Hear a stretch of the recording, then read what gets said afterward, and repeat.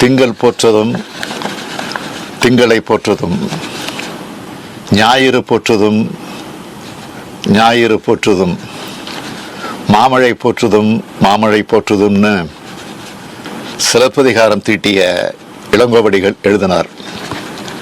இப்போ மாமதுரை போற்றுவோம் மாமதுரை போற்றுவோம்னு வேள்பாரி தீட்டிய எழுத்தாளர் சு. வெங்கடேசன் எம்பி அவர்கள் நிகழ்ச்சி நடத்துகிறார்.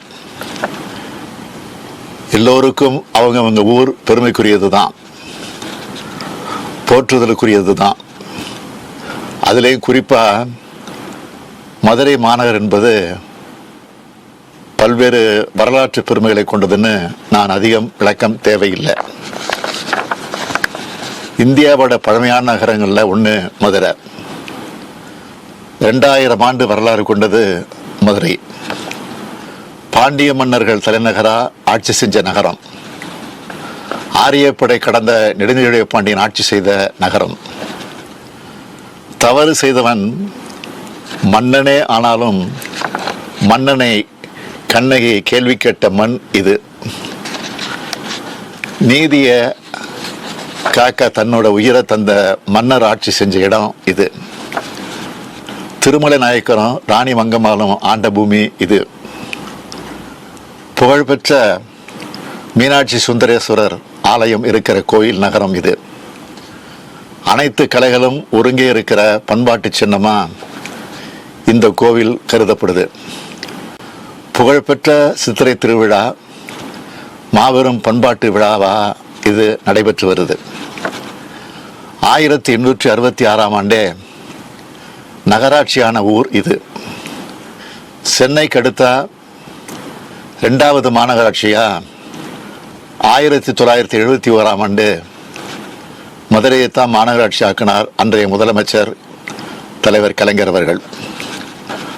அண்ணல் காந்தி அவர்கள் தன்னை அரையாடை மனிதராக மாற்றிக்கிட்ட இடமும் இந்த மதுரை தான்.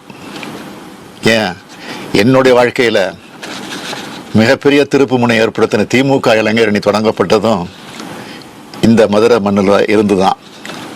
இப்படி சொல்லிக்கிட்டே போகலாம். அதனால தான் பல்வேறு வரலாற்று பெருமைகளை கொண்ட நகரம்னு மதுரையை குறிப்பிட்டேன். இத்தகைய மதுரைக்காரங்க மட்டும் இல்லை, எல்லோரும் போற்றலாம். மதுரையை போற்றுவோம்னு கொண்டாடலாம். நம்ம திராவிட மாடல் அரசில் மதுரை மாவட்டத்துக்கு 2 அமைச்சர்களை கொடுத்துருக்கோம். தங்களோட சிறப்பான செயல்பாடுகளால் 2 பேரும் மதுரைக்கு நம்ம அரசுக்கும் பெருமை சேர்த்துக்கிட்டு இருக்காங்க. 2013 ஆண்டு முதல் மாமதுரை போற்றுவோம் விழா நடந்துக்கிட்டு இருக்கு.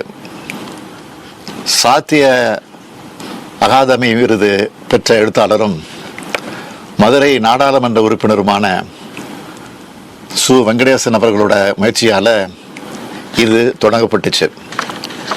விழா குழு தலைவராக மதுரை தியாகராசர் குழுமத் தலைவர் திரு கருமுத்து தி. கண்ணன் அவர்களையும், விழாக்குழு துணைத் தலைவராக மதுரை அபராஜிதா குழுமத் தலைவர் முனைவர் பரத் கிருஷ்ணன் சங்கர் அவர்களும் கொண்டு இந்த விழாக்கள் ஆண்டுதோறும் சிறப்பாக நடந்துட்டு வந்துச்சு. வரலாற்றை போற்றுவோம், வைகையை போற்றுவோம், மதுரையை போற்றுவோம் போன்ற தலைப்புகளில் இது நடந்துகிட்டு வருது. இந்த விழா நடக்கிற நாட்களில் மதுரை மாநகர் புத்துயிர் பெறுவது என சொல்லலாம். வைகையை தொடங்குற இடத்திலிருந்து அது கடலில் கலக்கிற இடம் வரைக்குமான ஆற்றின் பாதை, அதோட கரைகளில் அமைஞ்சிருக்க ஊர்கள் ஆகியவற்றின் மாதிரி வைகை ஆற்றுக்குள்ள வடிவமைக்கப்பட்டு இருந்துச்சு.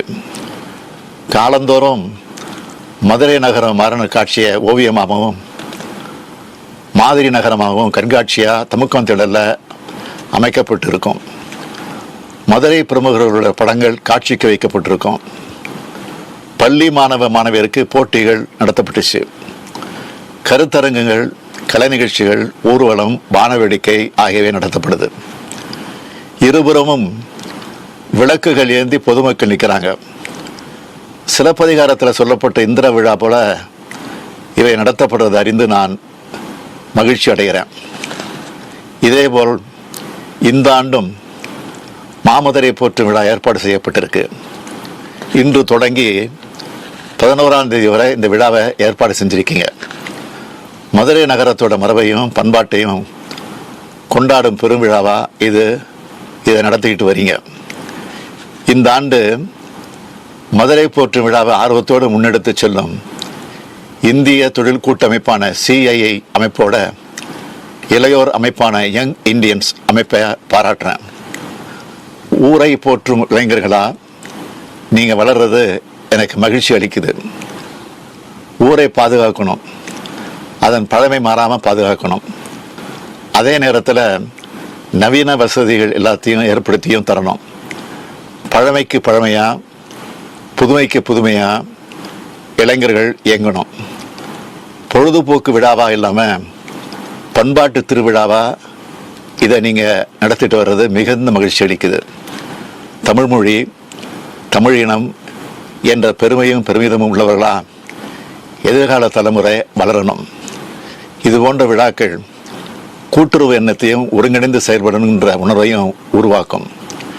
சாதி மத வேறுபாடுகளுக்கு இடமளிக்காமல் இது போன்ற பண்பாட்டு விழாக்களை எல்லோரும் கொண்டாடணும். மனிதநேயம் போற்றுவோம், மக்கள் ஒற்றுமை போற்றுவோம் என்ற அடிப்படையில் இது போன்ற விழாக்கள் மாநிலம் முழுக்க நடைபெறட்டும்னு கேட்டு விடைபெறுகிறேன். நன்றி, வணக்கம்.